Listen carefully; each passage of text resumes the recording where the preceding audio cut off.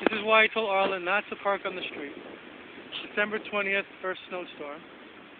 Look how it's blocked in. It's ridiculous. Told her to park in the driveway and she didn't, and I should have just done it myself. And how the hell am I going to get this? It's all the way to the car door. See the red car. Plows really did a good number. I just finished blocking my driveway out between the mound of snow here. Now, before the plows come and plows me back in, I'll try to get this car out and back in the driveway. Look at all the snow. You can forget the sidewalks. All the neighbors' snow blowers broke. We had over 3 feet of snow with drifts.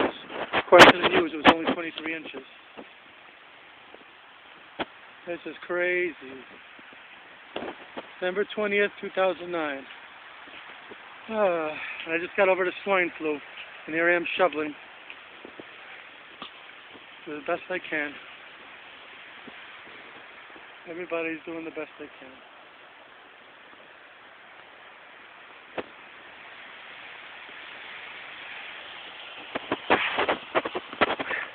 At least 4 feet here. Unbelievable. Unbelievable.